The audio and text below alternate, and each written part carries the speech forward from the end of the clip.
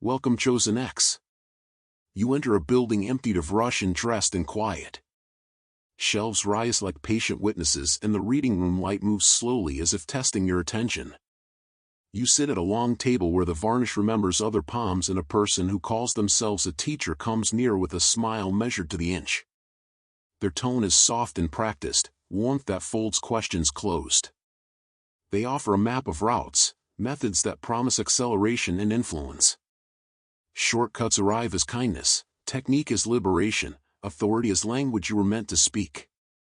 The elegance of these proposals makes obstacles look like artifacts to bypass. At first your pulse answers with curiosity. Then a quieter note pricks, the one that notices a bargain with its cost omitted. This is plain commerce in mentorship clothes. Their curriculum is polished and complete, testimonials are vivid but narrow. Each success story focuses on ascent and leaves other details in shadow. The softest phrase is "you deserve more," and the implication rails against ordinary obligations. You are invited to see neighborly favors and small debts as friction, to cleave attention from slow tasks that bind a community. Watch how speed is framed as virtue and questions as weakness. Notice gentle pressure when they say "trust me" or "only the brave choose this path." Their language seduces by painting urgency as insight. They ask for small sacrifices at first, a night away, a private call, an exclusive group. Those concessions are windows. When surrendered, the room shrinks and externals eclipse the people you used to care for. You have simple tests. Name your obligations aloud and speak the names that anchor you. If the proposed path asks those names to go quiet, hesitate. Ask for written terms. Invite a witness. Give yourself a night. These acts are not avoidance, they are fidelity toward your life. Look for patterns. Are you told to minimize others who might see costs? Is mercy framed as impediment? Do promises require secrecy? Treat these features as early warnings. Scripture or ritual does not remove the need for reason. Sacred language can lack a rot. Polite voices can deliver harm disguised as instruction. Test the fruit. After an encounter, notice how your interior weather changes. Does peace settle or does dread take residence? Does generosity constrict? If compassion grows thin, the lesson fails its first measure. If humility tumbles before applause, the model favors spectacle over service. Let these inner calibrations guide you. Choose patience deliberately. A teacher who flinches in the daylight does not trust their methods. Transparency is a sign of sound practice. If a program cannot show examples of repair and service, it may only train winning rather than healing. Favor a smaller reach that keeps your soul intact.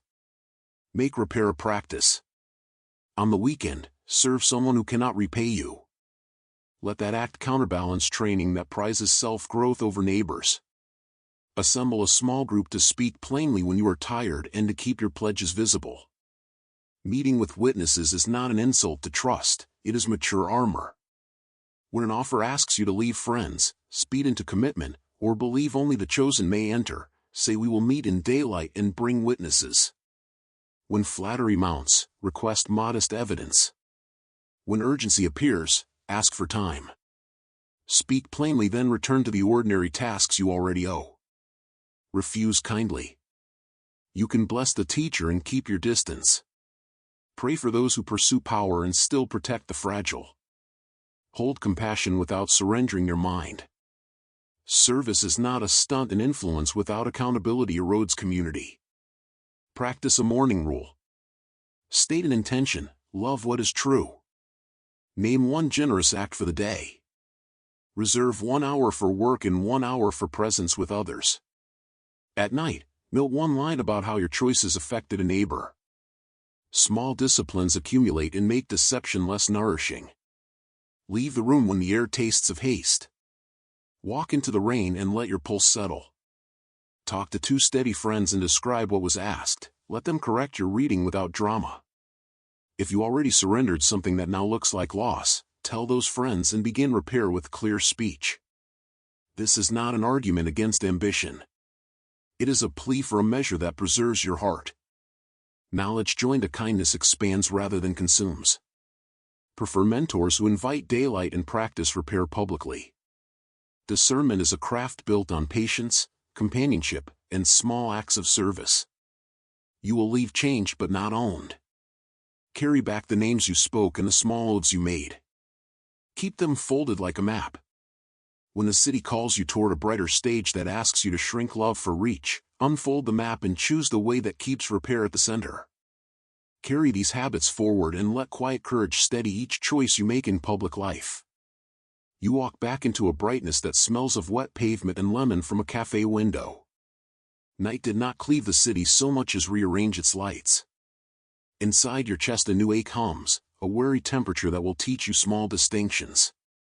You remember faces who spoke in calm chords and offered routes that promised influence while asking you to untie a neighbor from your life. Their smiles were well-timed. Their questions reoriented the room toward them. Now other figures appear in daylight garb. They are charismatic, polished, and fluent in a language that names success like an affectionate thing. They flatter by implying you belong to an exclusive ascent. Their rhetoric makes solitude sound like proving ground rather than exile.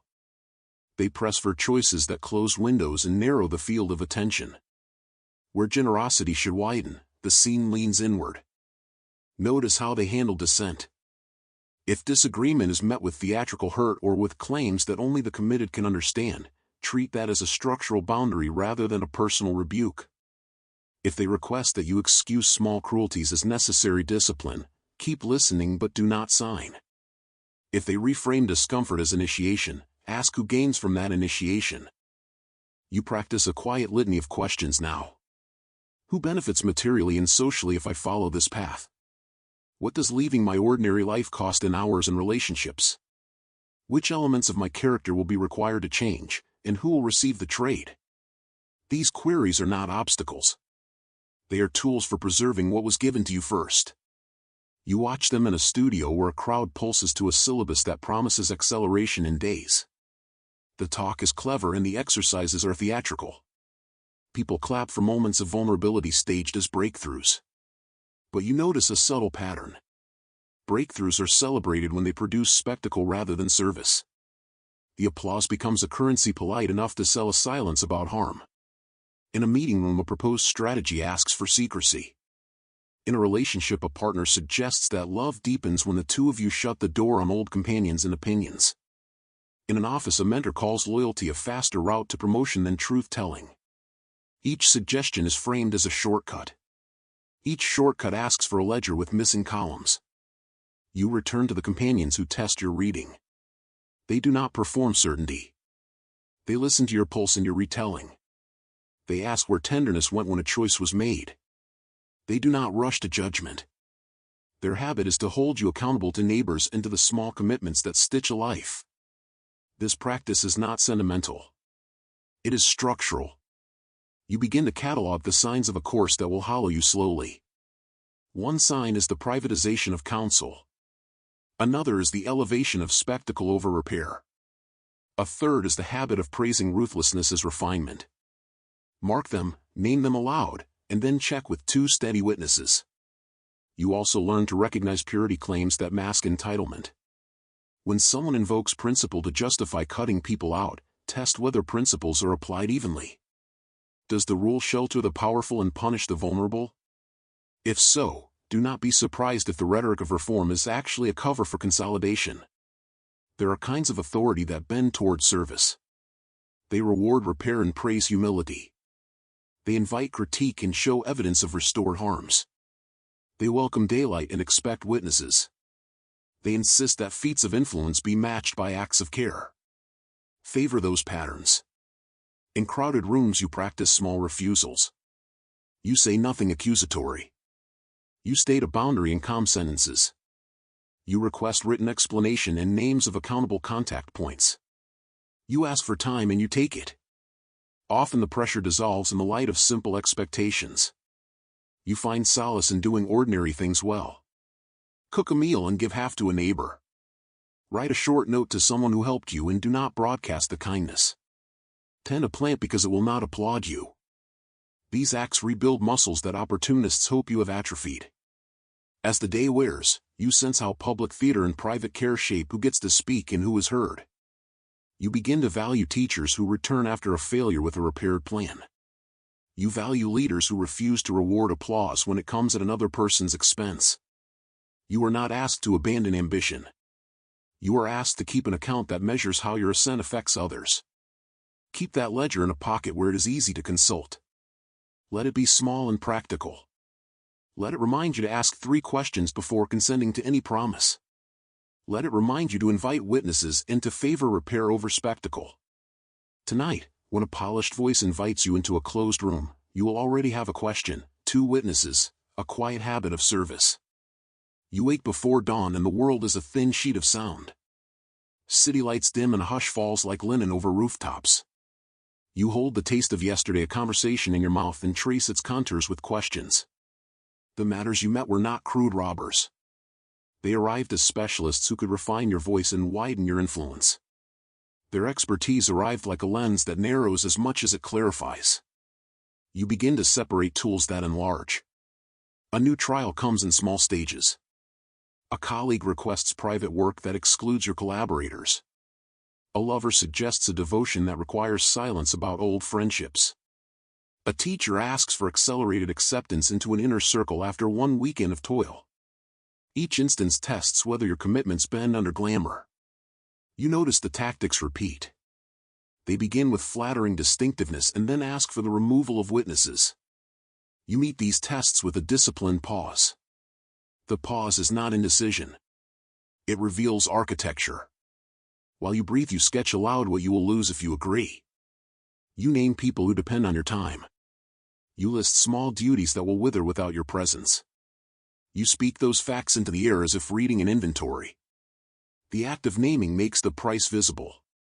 Invite witnesses to hold the account with you. Your companions do not have to be numerous.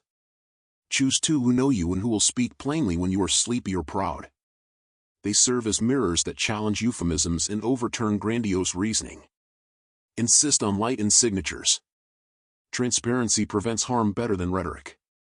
Cultivate repair as a primary metric. When a mentor or program claims elevation, watch for evidence that the process restores what it touches. Do graduates remain able to love their earliest neighbors and bring resources back into common life?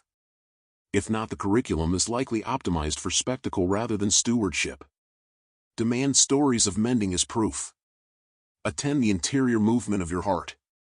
After meetings, track whether your chest feels lighter or a quiet constriction appears.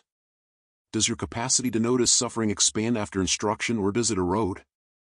Note those shifts in a small book you carry. Over time, a pattern will emerge that reveals whether the training is a ladder into sky or a tax that shrinks your circle. Practice saying small sentences that hold you steady. When flattery swells, reply, "I appreciate the kind words and I still need evidence and time." When speed is pressed, say, "If this requires urgency, I will decline." When requests ask you to isolate answers, "I only move forward with counsel." These phrases are not clever. They are simple muscles you train. Make public service part of your study routine. Each week, choose 1 person with limited means and offer time without expectation. This discipline recalibrates desire and honors dignity. It gives no immediate return in status. Yet in the long view, it inoculates you against offers that sell wings in exchange for the ground underfoot. Observe leaders who value restoration. They return after failure to repair, and they invite critique before they publish triumph. They protect the vulnerable and they explain decisions in plain terms. Seek instruction from these models. Their classrooms are not silent with worship. They are spaces where accountability is practiced and applause is not final. Resist the glamour of private testimony that asks for loyalty as proof. When someone insists that only select voices can know the truth, treat that as a red flag. Truth that thrives in private chambers often collapses when daylight arrives. Prefer rooms with windows and witnesses and choices that can be explained in a single sentence to a child. Make a small evening ritual. Before sleep, recount 1 act of service and 1 moment of restraint. Thank the people who corrected your reading. Ask for forgiveness where you rushed. These practices are not sentimental. They are mechanisms that build immunity to the slow trades traffickers and influence offer. When encounters leave you unsettled, do not hide the unease in silence. Speak it into a trusted ear. Name the task and the cost. If you find you have agreed to terms that now feel corrosive, begin repair immediately. Cancel participation where necessary. Return time to neighbors who lost access. Open your ledger and make the account right. This is steady resistance. It does not remove ambition. It becomes a way to pursue it without turning other people into tools. You keep your aims and refuse to let them become ships that leave the poor on shore. You learn to measure success by the health of the small people in your life and by the cleanliness of the debts you carry. Move through the day with a question at your lip. Who is protected if I accept this? Who is harmed if I agree? When your choices answer those queries honestly, you will be learning the craft of faithful influence. Stay on. You stand now at the middle of a narrow season where what you accept becomes the scaffolding of future days. The trials you have met taught you to keep a ledger of attention and affection. In this part you will move from guardedness into disciplined action, from private alarm into public repair. Your habits become the architecture that holds community. Begin with small, repeatable disciplines that require no platform. Wake and name intention. Choose 1 hour for unbroken work and 1 hour for presence without performance. Give an hour to a neighbor who asks nothing in return. Keep a small book and record 1 act of mercy each evening. Over time the pages will sketch a pattern that is difficult for a stranger to counterfeit. Practice questions that slow the flow of flattering speech. When praise arrives, say thank you and then ask for evidence. When opportunity demands speed, ask for a day and then sleep on the invitation. When a leader calls for private counsel, ask for witnesses and light. These forms are simple and they are strong because they reroute instinct toward accountability. Create a council of 2 friends who hold you to named promises. They do not need to be formal or many. Choose companions who know your weaknesses and who speak plainly when you are tired or proud. Meet weekly for 30 minutes. Bring 1 victory and 1 repair. Leave ego outside the room. Keep the record public within your circle and reframe secrecy as an enemy of repair. Build rituals for repair. If a promise was missed, call the person you hurt, name the lapse, and offer a concrete way to mend it. If a meeting harmed someone, ask for an amending conversation and set terms that include restitution and a public statement when appropriate. Repair is not only a private apology. It is sustained action that restores standing and trust. Train to keep daylight in conversations. Ask for written agreements when a commitment grows complex. Read them in the morning light before you sign. Invite a witness. If a plan cannot be expressed clearly to a friend in 10 sentences, it should be questioned. Clarity is a moral tool because fog allows coercion to hide. Adopt a simple rule about secrecy. If a covenant cannot survive a witness, it does not deserve your signature. If a passion asks you to cut off steady companions, it is likely asking you to shrink the space where mercy can be practiced. Prefer public paths that allow for repair rather than private corridors that reward spectacle. Practice refusal as a skill. It can be gentle and precise. Use clear sentences that refuse without shaming. State the cost and the boundary. Offer an alternate time for a conversation or a public option for the proposal. Say I appreciate the offer and I need time to consult. Say I will not proceed without witnesses. Saying no is a muscle. Strengthen it with small exercises until it is neither rude nor anxious. Cultivate leaders who return to mend. Seek instruction from those who publish failure and who show evidence of repaired harms. Favor classrooms where critique is invited and where applause is not final. Look for patterns of restoration in an instructor's past students. If their graduates remain able to love neighbors and to account for harms, you will find a reliable guide. Keep an eye on your inner weather. After training, note whether your heart contracts or opens. If your chest tightens so that tenderness grows scarce, you have a metric. If triumph arrives and the poor become invisible, you have another measure. Track these signs in your small book and let time reveal patterns. Wisdom emerges slowly and is verified by steady fruit. Make a weekly habit of service that has no return value. Cook a meal for someone far from applause. Carry a heavy box for a neighbor. Read to a child who will not post about it. These actions are antidotes to the kind of influence that wants repayment. They reset desire by reattaching it to human need rather than to platform metrics. Design environmental cues that protect your attention. Meet people where light comes freely into the room. Avoid decisions at midnight. Leave phones in a different space during conversations that matter. Let windows be witnesses. Physical arrangements shape moral outcomes. Teach by show and repair. When you lead a team, publish what went wrong and how you will make it right. Invite critics to speak and then answer in plain terms. Protect the small people on your team by refusing policies that allow praise at their expense. Leadership that is moral shows a capacity for mending. Practice a 30-day reset if you suspect compromise. Return to prayer, to slow reading, to unpaid service, to honest conversation. Cancel commitments that now feel like a tax on compassion. Tell friends what you have done and seek help to restore what was taken. Reset is not a shame. It is a discipline of restoration. Keep the habit of naming costs aloud. Before you accept a new role, ask who loses access to your time. Name those people and consult them. Let your life be a ledger that is easy to read. When your choices can be explained in a single sentence to someone who loves you, you will know you are not selling the heart. You arrive at a horizon that feels like a decision made visible. The city breathes and small lit windows look like actors waiting for a cue.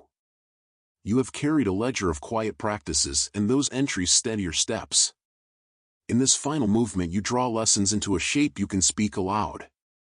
A last offer appears, polished and vast, promising influence mapped in charts and applause that lasts. It stands where shadow blends with glare and asks for a final surrender. The demand is familiar. It wants you to compress care into a metric, to translate tenderness into reach, to accept a trade where affection becomes collateral. Your chest tightens because you have learned what such trades cost. You look for fruit. You remember names you promised to protect and faces of neighbors who needed your hands. You test the proposal against the smallest lives in your ledger. If a plan would leave any of those people smaller, you answer with a calm refusal. That refusal is not an absence of courage. It declares that your aim will not be bought at another's expense. When you speak, the room shivers. Some applaud, others scheme in quieter places. Let the shiver teach you nothing about your aim. Your boundary is a light that keeps the small in view. It lets you labor in love without converting people you cherish into products of ambition. You also carry mercy toward those who pitched the offer. You may pray for them, invite them to daylight, and offer pathways to repair. You will not be responsible for another person's will, but you can model a way back that includes confession, restitution, and public mending. Repair needs clear steps and shared witnesses. If they refuse repair, your duty remains to protect the affected. You gather a council. There are not many. They have kept a mirror for you when flattery rose. You tell them plainly what was asked and what you decided. They ask practical questions about restitution.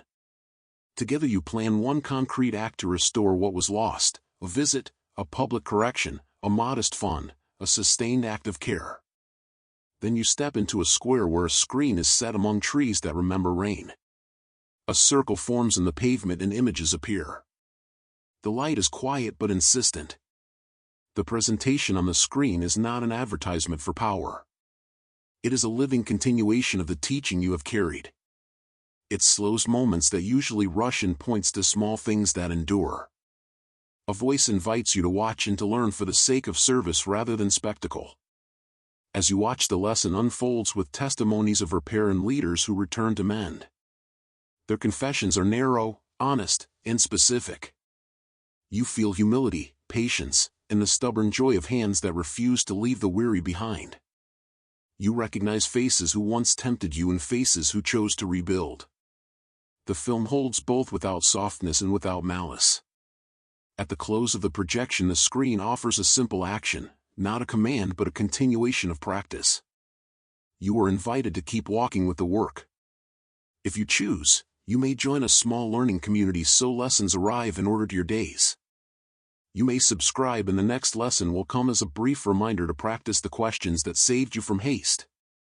You may enable notices so that a short cue draws you back to small service when a quick bargain sings. This invitation is not a demand for loyalty to a charismatic figure. It requests entry into a rhythm of return, to receive prompts that remind you to test, to pause, and to repair. If you accept, your participation will be a promise to the people who depend on you and to the neighbor whose name you keep in your pocket. You walk away from the square with a clearer pace. The city seems unchanged, yet you move differently through it. You refuse offers that strip tenderness and you practice speech that protects the small. You answer no when a bargain would shrink another. You answer yes to repair and to steady work that builds rooms where people breathe. Keep this margin.